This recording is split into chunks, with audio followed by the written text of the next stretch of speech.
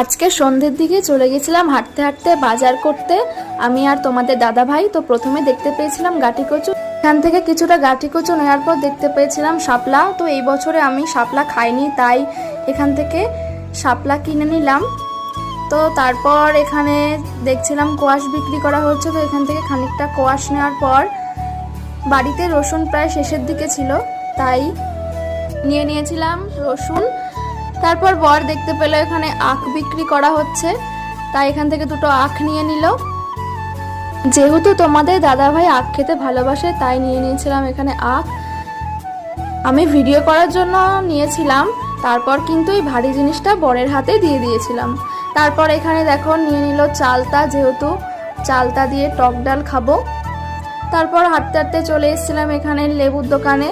তো এখানে মৌসম্বি লেবু বিক্রি করা হচ্ছিল, তো এখান থেকে কিছুটা মৌসম্বি লেবু নিয়ে নিলাম।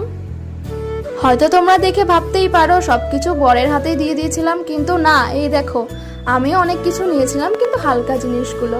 তো যাই হোক, তারপর হাঁটতে হাঁটতে চলে গেছিলাম এখানে ডিমের দোকানে।